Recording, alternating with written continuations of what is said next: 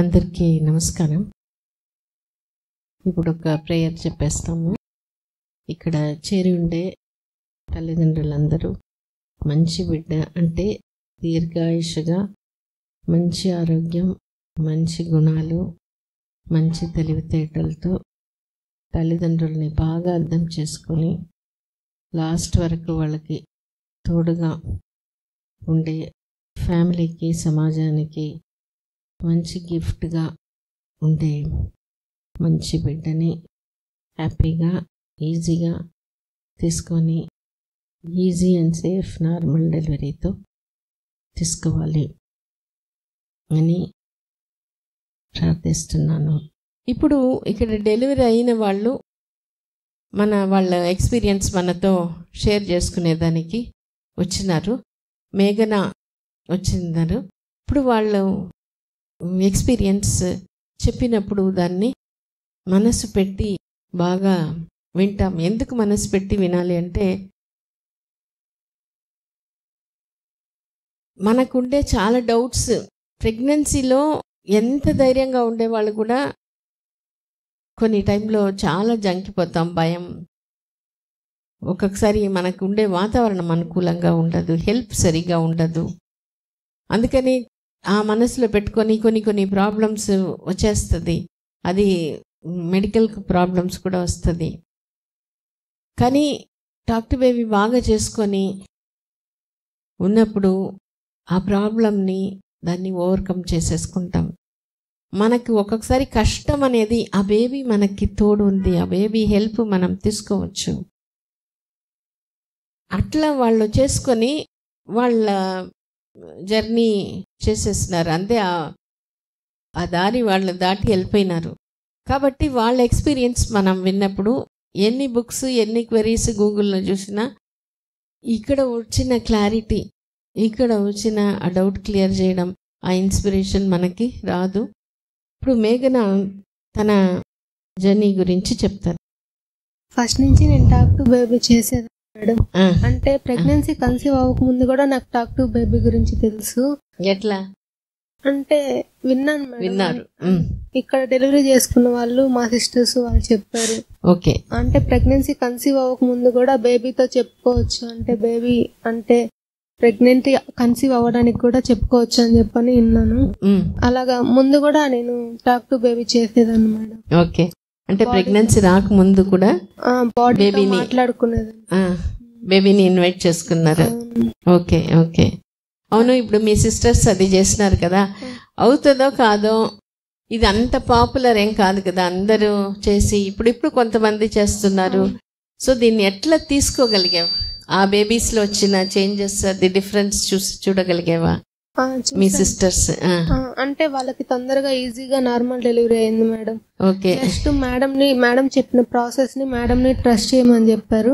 నేను అంతే మేడం, అంటే ఏదైనా జరిగిన మేడం ఎలా చెప్తే అలాగా ఫాలో అవ్వాలి, అంతే, ఇంకేం లేదు. డౌట్ అంతా ఏం పెట్టుకోకుండా మేడం ఏం చెప్తే, ఏ ప్రాసెస్ చెప్తే అది నెక్స్ట్ ఇలా ఉంటది అని చెప్పని మేడం ని పూర్తిగా ట్రస్ట్ చేయమని చెప్పారు. అలాగే ట్రస్ట్ చేశాను. ఈజీగా సేఫ్ గా నార్మల్ డెలివరీ అయిపోయింది. సో ఎట్లా ట్రస్ట్ చేయగలిగాం? అంటే టాక్ టు బేబీ కూడా మేడం ఫస్ట్ నుంచి, అంటే స్టార్టింగ్ నుంచి నేను అంటే ప్రతిసారి 4th month స్టార్టింగ్ లోనే నాకు బేబీ కిక్స్ స్టార్ట్ అయింది. ఓకే, అంటే ఎవరికి చెప్పినా నమ్మరు. బేబీ కిక్ మళ్ళీ నాకు అంటే స్టార్టింగ్ లో యూరిన్ ఇన్ఫెక్షన్ అని, ఫీవర్ అని చెప్పని, అలాగా కన్సీవ్ అయిన తర్వాత ఎవ్రీ మంత్ చెకప్ మధ్యలో నేను ప్రతిసారి హాస్పిటల్కి వచ్చేదాన్ని మేడం.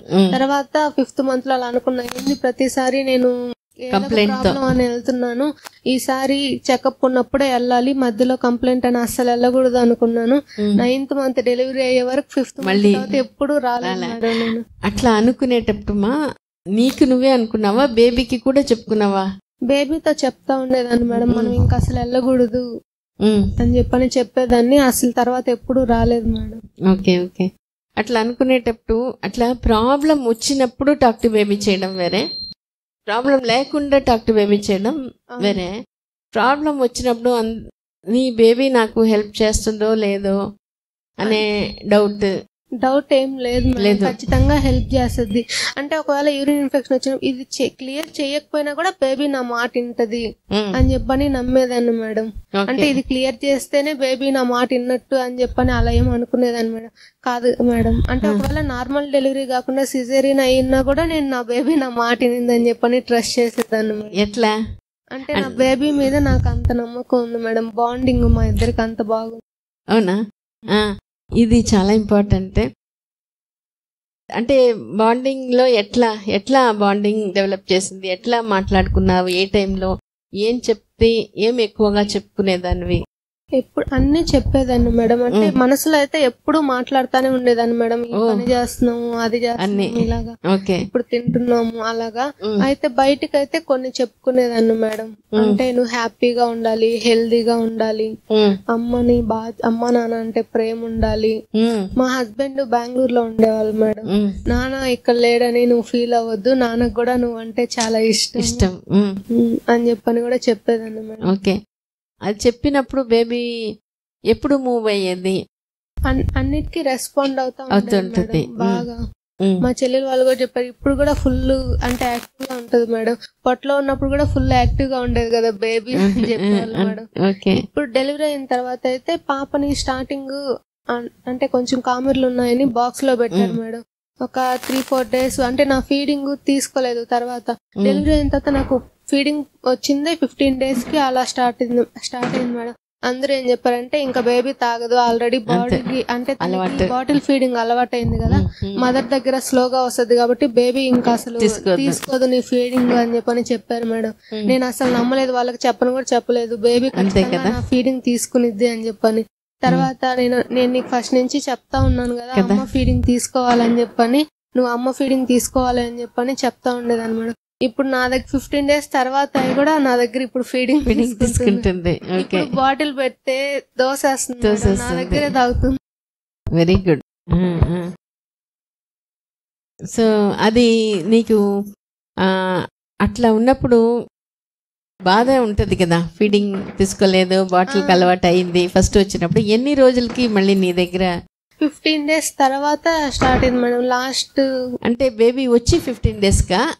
బేబీ వచ్చిన 15 days కి నాకు స్టార్ట్ అయింది. స్టార్టింగ్ లో లైట్ గా వస్తుంది కాబట్టి తను ఏడ్చేది మేడం పట్టుకోవడానికి. అందరూ ఇంకా పట్టుకోదు, నీ దగ్గర తాగదు, ఇంకా బాటిల్ ఫీడింగే తనకి అని చెప్పని చెప్పేవాళ్ళు. నేను మాత్రం నువ్వు నా దగ్గర ఫీడింగ్ తీసుకోవాలి, మదర్ ఫీడింగే తీసుకోవాలి అని చెప్పని చెప్పేదాన్ని మేడం. అంటే నాకు ఖచ్చితంగా నమ్మకం ఉంది బేబీ నా దగ్గర ఫీడింగ్ తీసుకునిద్దని, నా దగ్గరే తాగుతుంది. సో కాబట్టి కొంచెం లేట్ అయినా కూడా నువ్వు అది వదిలిపెట్టలేదు మేడం. అంటే 15 days అయింది నీకు బేబీ. ఎన్ని రోజులు అక్కడ బాక్స్ లో ఉండింది? బాక్స్ లో 3 days ఉండింది. కానీ నీకు ఫీడింగ్ రావడానికి కూడా 10 days అట్లా టైం పట్టింది. ఫీడింగ్ గురించి నువ్వు ప్రెగ్నెన్సీలో చెప్పాను మేడం. అంటే నాకు లేట్ గా స్టార్ట్ అయింది కదా. ఓకే, అప్పుడు నీకు 10 days అయింది కదా నీకు ఫీడింగ్ రావడం, బేబీ పట్టుకోవడానికి కొంచెం ఏమైనా కష్టపడిందా? స్టార్టింగ్ అంటే తను సగ్ చేసినా రాకపోయేసరికి తను ఏడ్చేసేది.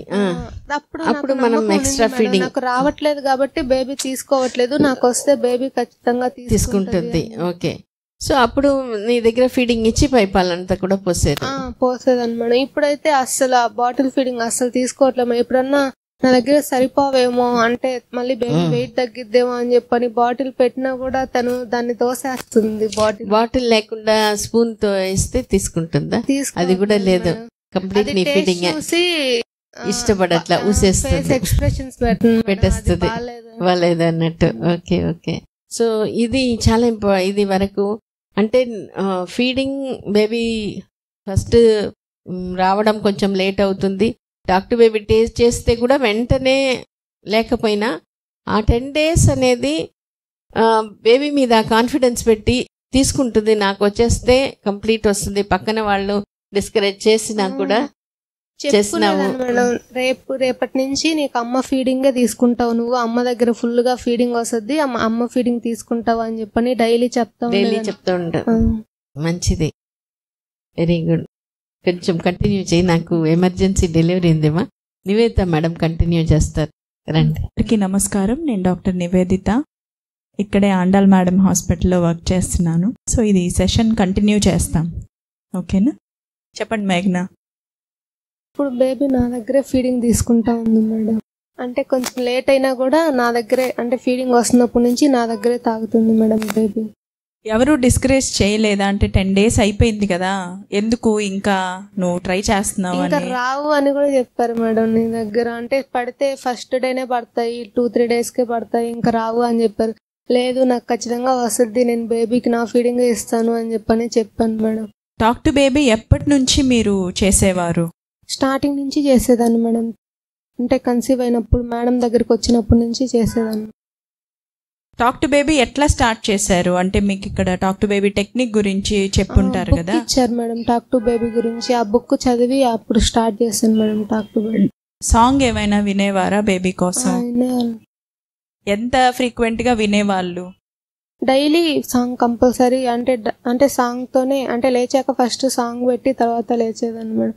ఇప్పుడు కూడా ఎప్పుడన్నా బేబీ నిద్రపోకపోతే నైట్ టైం సాంగ్ పెడితే ఒక 2 minutesకే నిద్రపోద్ది మేడం మంచిగా. టాక్ టు బేబీ ఎప్పుడెప్పుడు చేసేవాళ్ళు? అంటే ఎప్పుడు చెప్పుకుంటానే ఉండేదాన్ని మేడం మనసులో. అయితే నార్మల్గా బయటకు అయితే కొన్ని కంపల్సరీ చెప్పేదాన్ని మేడం. అంటే కొంతమంది టైం ప్రకారంగా చేస్తుంటారు, అట్లా మీరేమన్నా టైం ప్రకారంగా చేసేవాళ్ళ, లేదంటే మీకు ఎప్పుడు వీలైతే అప్పుడంతా చెప్తా ఉండేదాన్ని. ఏం చెప్పేవారు టాక్ టు బేబీలో మేజర్ గా? అంటే హ్యాపీగా ఉండాలి, హెల్దీగా ఉండాలి, అమ్మ పొట్టలో 9 months ఉండాలి, అమ్మ చెప్పినప్పుడే రావాలి, మళ్ళీ easy and safe normal delivery అవ్వాలి, 2 pushesకే రావాలి అని చెప్పాను. డెలివరీకి ఒక 10 minutes ముందర పెయిన్స్ రావాలి, 10 minutesలో డెలివరీ అవ్వాలని చెప్పాను. ½ an hour ఒక 10 minutes పెయిన్ వచ్చాయి, 6 minutesలో డెలివరీ అయిపోయింది. ఇది ఎప్పటి నుంచి చెప్పేవారు? ఈ 2 pushes కి రావాలి, 10 minutes కి డెలివరీ అయిపోవాలి భవానీ గారు వీడియో చూసినప్పటి నుంచి 2 pushesకి రావాలని చెప్పేదాన్ని. కానీ అది నేనే నవ్వుకునేదాన్ని మేడం, 2 pushesకి బేబీ ఎలా వస్తుంది అని. ఎందుకని? అంటే 2 pushesకి బేబీ వస్తుందా అని అనుకునేదాన్ని మేడం. నేను డెలివరీ రూమ్లోకి వెళ్ళాను, మేడం వాళ్ళు డ్రెస్సింగ్ అంతా వేసుకున్నారు, జస్ట్ అక్కడ పడుకున్నాను. మేడం మేఘ్నా నువ్వు పుష్ చేయాలి అని అన్నారు, బేబీ వచ్చేసింది అని. ఒక్క పుష్ కూడా నేను చేయలేదు, వేరే వాళ్ళని అంటే సపోర్ట్కి పుష్ చేయమని చెప్పారు, వాళ్ళు పుష్ చేసి బేబీ వచ్చేసింది అని చెప్పారు. అసలు నేను బేబీ ఎప్పుడు వచ్చింది, డెలివరీ ఎప్పుడైందో కూడా నాకు అర్థం కాదు. ఏ మంత్ నుంచి వీడియోస్ బాగా చూసేవాళ్ళు? స్టార్టింగ్ నుంచి మేడం చెప్పినప్పటి నుంచి చూసేదాన్ని. అప్పుడు అనిపించలేదా ఎందుకు వీడియోస్ చూడాలి, ఎందుకు టాక్ టు బేబీ చెయ్యాలి అని అనిపించలేదా? ఎవరు ఎలా చెప్తున్నారు అంటే డిఫరెంట్, అంటే ఇప్పుడు నాకు కొన్ని చెప్పాలని ఉంటది కదా మేడం, ఒక్కొక్కరు ఒక్కొక్కలాగా చెప్తారు. అంటే వాళ్ళు ఎలా చెప్పుకున్నారు, వాళ్ళ ఎక్స్పీరియన్స్ చూడాలని చెప్పుకునేదాన్ని మేడం, చూసేదాన్ని వీడియోస్. ఓకే, వీడియోస్ చూసేటప్పుడు ఎట్లా అనిపించేది? మీతో పాటు ఎవరు వీడియోస్ చూసేవాళ్ళు? నేను ఒక్కటే చూసేదాన్ని మేడం. ఏమనిపించేది ఆ వీడియోస్ చూసేటప్పుడు? ఇప్పుడు అంతమంది ఎక్స్పీరియన్స్ చెప్పేవాళ్ళు, వాళ్ళందరికి అయ్యింది కదా, మీకు ఎట్లా అనిపించేది? అంటే ఫస్ట్ నుంచి ఎవరన్నా అంటే ఏం పని చేస్తున్నావు అలా అడిగినా కూడా నేను ఒక్కటే చేస్తున్నానని చెప్పను, నేను నా బేబీ చేస్తున్నాము, నేను నా బేబీ అంటే పైకి స్టెప్స్ ఎక్కి దిగేదాన్ని, వాకింగ్కి వెళ్ళేదాన్ని. మా అమ్మ ఒక్కదాన్ని ఎలా వెళ్తావు పైకి అంటే స్టెప్స్ ఎక్కి, నేను వస్తాను ఆగు అని చెప్పంటే నేను ఒక్కదాన్నే అని చెప్తావు ఎందుకు, నాతో బేబీ ఉంది కదా మేమిద్దరం వెళ్ళేసి వస్తాము అని చెప్పేవాళ్ళు. అంటే ఆక్వర్డ్ గా అనిపించేది కాదా బేబీని కూడా ఇన్వాల్వ్ చేసుకోవడం, బయటికి చెప్పుకోవడం? లేదు మేడం. ఎందుకని? ఏమో మేడం తెలీదు, ఫస్ట్ నుంచి నేను అలాగే చెప్పేదాన్ని మేడం. అంటే వీళ్ళ మదరే ఆవిడని అలా క్వశ్చన్ చేసినప్పుడు ఎట్లా అనిపించేది? అంటే మా అమ్మ నవ్వుకునేది మేడం. అంటే ప్రతిసారి అలా చెప్పేదాన్ని, బేబీ ఉంది కదా నాకు. ఎప్పుడన్నా పనుండి బయటకు వెళ్ళేటప్పుడు కూడా నాకు 9th month పెట్టి ఇంకా 2 daysకి 9th month కంప్లీట్ అయ్యిద్ది మేడం. మా అమ్మ వేరే ఫంక్షన్ ఉందని వెళ్తా ఉంటే వద్దులే మేఘ్నా నేను వెళ్ళను అని చెప్పంటే నేను చెప్పింది 13th బేబీ వచ్చిద్ది, నువ్వు వెళ్ళేసిరా అని చెప్పని. నాకేం ఇప్పుడే డెలివరీ అవ్వదు, నువ్వు వెళ్ళేసిరా అని చెప్పేదాన్ని మేడం. సో డేట్ గురించి ఎప్పటి నుంచి చెప్పేదాన్నివి? డేట్ జనవరి క్యాలెండర్ వచ్చాక చూసి ఎప్పుడు మంచి రోజు బాగుందని చూసి చెప్పుకున్నాను. ఎంత ఫ్రీక్వెంట్గా డేట్ గురించి చెప్పారు? ఫ్రీక్వెంట్గా అంటే డైలీ చెప్పుకునేదాన్ని మేడం, నువ్వు జనవరి 13th రావాలి అని చెప్పండి.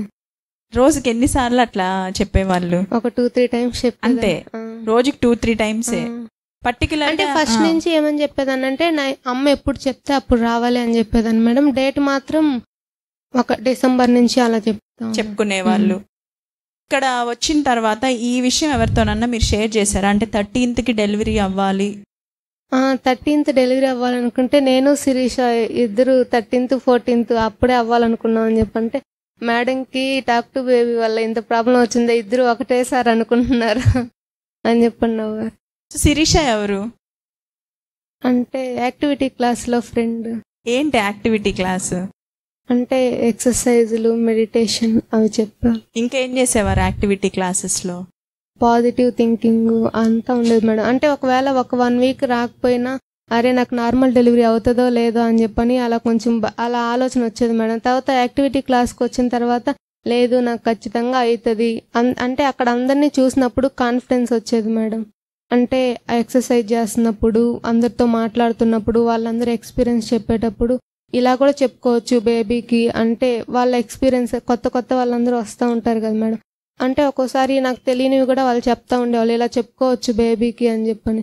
నేను ఇది చెప్పడం మిస్ చేశానే, ఇది కూడా చెప్పుకోవచ్చు బేబీకి అలా అని చెప్పుకునేదాన్ని. టోటల్గా ఎన్ని సెషన్స్ అటెండ్ చేశారు యాక్టివిటీ? 6-7.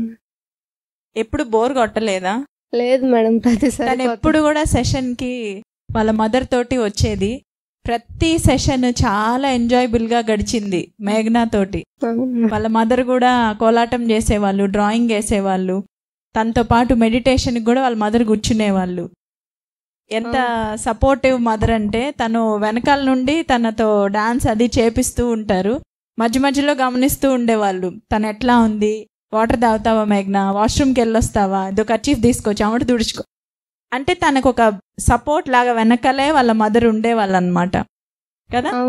సో సెషన్స్కి మేము కాల్ చేసి ఇట్లా అపాయింట్మెంట్ ఉంది అని చెప్పినా కూడా సెషన్ ఏ రోజు ఉంటుందో ఆ రోజే వచ్చేది తను. వాళ్ళ మదర్ తను ఆ రోజే వచ్చేవాళ్ళు. సెషన్ ఇది ఇంపార్టెంట్, అమ్మాయి చాలా రిలాక్స్ అవుతుంది అని చెప్పి. అవును మేడం. మళ్ళీ ఒకవేళ మార్నింగ్ స్కానింగ్ ఉన్నా కూడా అంటే క్యారేజ్ తెచ్చుకొని స్కానింగ్ అయిపోయాక తినేసి తర్వాత యాక్టివిటీ క్లాస్ అటెండ్ అయ్యేదాన్ని మేడం. ఇంట్లో వాళ్ళు అడిగే వల్ల ఇంతసేపు అవుతుందే నువ్వు వెళ్తే చాలా టైం పడుతుంది. మార్నింగ్ 9కి వస్తే 6:30 అయ్యేది మేడం, అయినా కూడా యాక్టివ్గానే ఉండేదాన్ని మేడం. ఏ రోజు కంప్లైంట్ లేదు, యాక్టివిటీకి వచ్చి వెళ్ళిన తర్వాత అది నొప్పి వస్తుంది, ఇది ఇట్లా ఉందని ఏ రోజు కంప్లైంటే లేదు మేఘనా.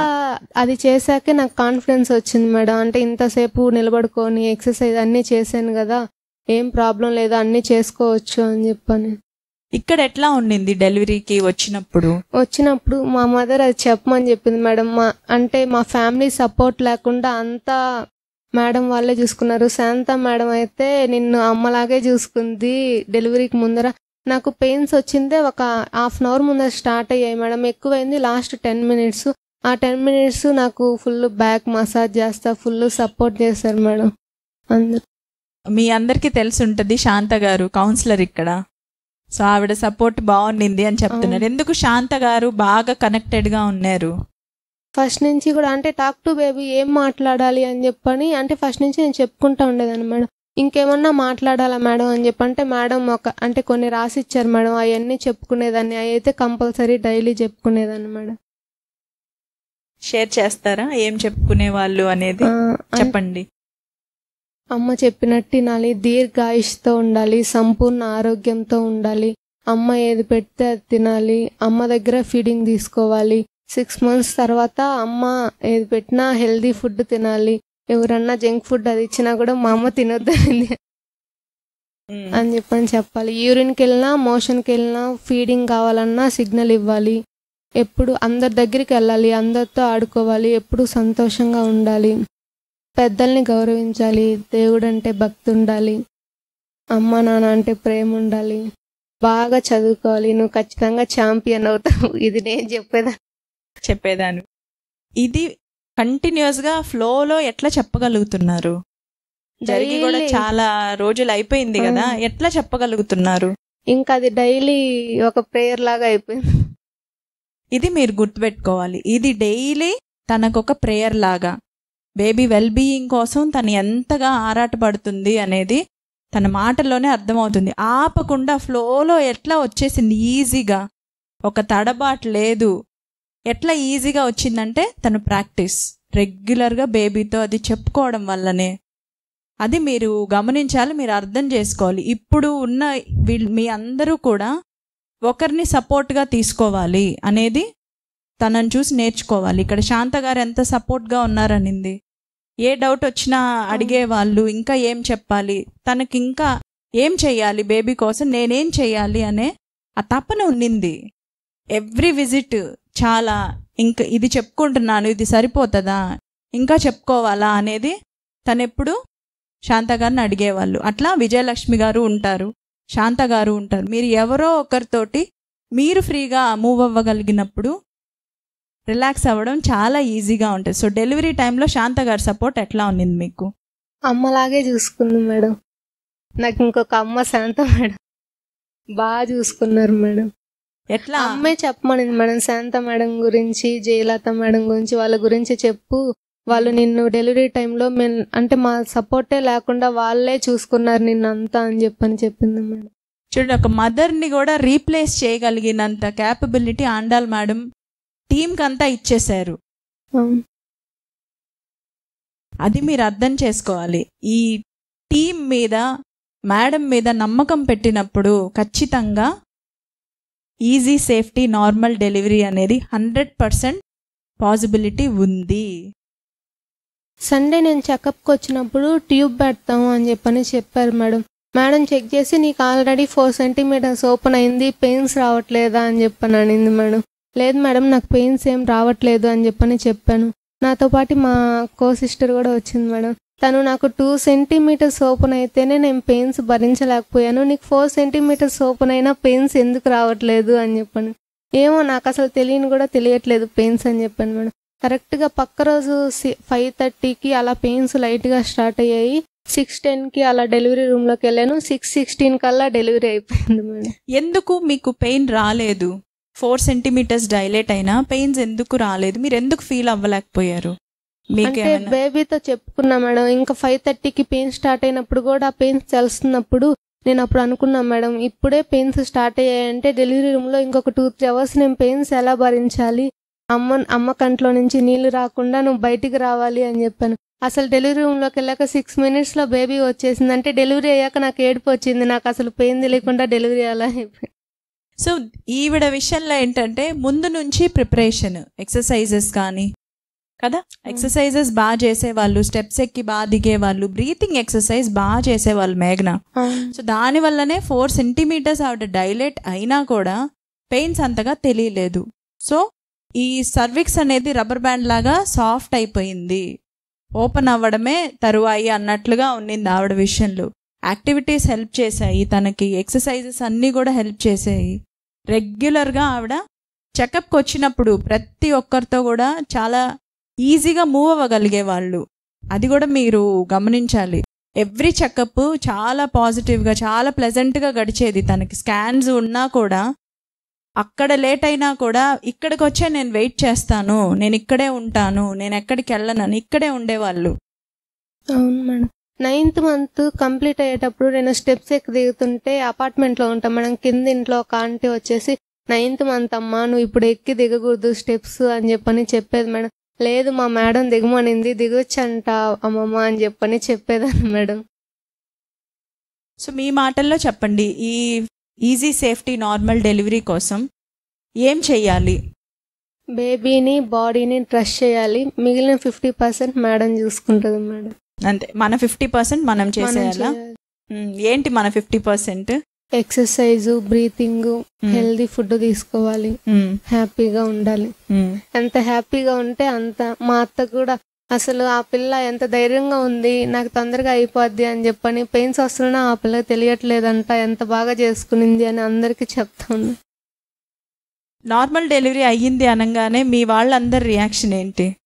మా అత్త అయితే, నేను చెప్పాను మేడం సండే వచ్చి అడ్మిట్ అయినప్పుడు అందరం వచ్చేటప్పుడు రేపు 11 నుంచి ఎల్లుండి 11 లోపల ఎప్పుడన్నా డెలివరీ అవ్వాలంటే, నార్మల్ డెలివరీ నువ్వు అనుకున్న టైంలో ఎలా అవుతుంది అని చెప్పంటే మా అమ్మ వచ్చేసి అవుతుందిలే అని చెప్తా ఉన్నింది మేడం. డెలివరీ అయ్యాక మా అత్త చెప్పింది, నీ బేబీ నీ మాట వినింది అని చెప్పారు మేడం. నార్మల్ డెలివరీ అయిన తర్వాత ఎవరెవరు ఉన్నారు ఇక్కడ? నేను, అమ్మ, హస్బెండ్, నాన్న, చెల్లి ఉన్నారు. ఎప్పుడు డిశ్చార్జ్ అయ్యి ఇంటికి వెళ్ళారు? పక్క రోజు అంటే మండే ఈవినింగ్ 6:16కి అలా డెలివరీ అయింది మేడం. మళ్ళీ పక్క రోజు ఆఫ్టర్నూన్కే డిశ్చార్జ్ అయిపోయాను మేడం. ఇంటి దగ్గర వాళ్ళు ఏమన్నారు? అందరూ అప్పుడే ఎలా వచ్చారు. నేను మా ఫ్రెండ్ 13th డెలివరీ అయితే 18th కాల్ చేసి హాస్పిటల్లో ఉన్నావా అని చెప్పింది. లేదు నేను పక్క రోజే వచ్చేసాను అని చెప్పి. సో ఈ టాక్ టు బేబీని ట్రస్ట్ చేయాలి, బాడీని ట్రస్ట్ చేయాలి, మిగతా 50% మేడం చూసుకుంటారు. సరే మేడం వాళ్ళు ఎలా చెప్తే అలా వినాలి. అంతేనా? ఎందుకు? అంటే వాళ్ళకి తెలుసు కదా మేడం, మనకు తెలియదు కదా. వాళ్ళు ఎన్నో అంటే డెలివరీస్ చేస్తుంటారు. వాళ్ళని ట్రస్ట్ చేస్తే వాళ్ళు చెప్పినట్టు వింటే అయిపోతుంది. Okay, thank you మేఘ్నా.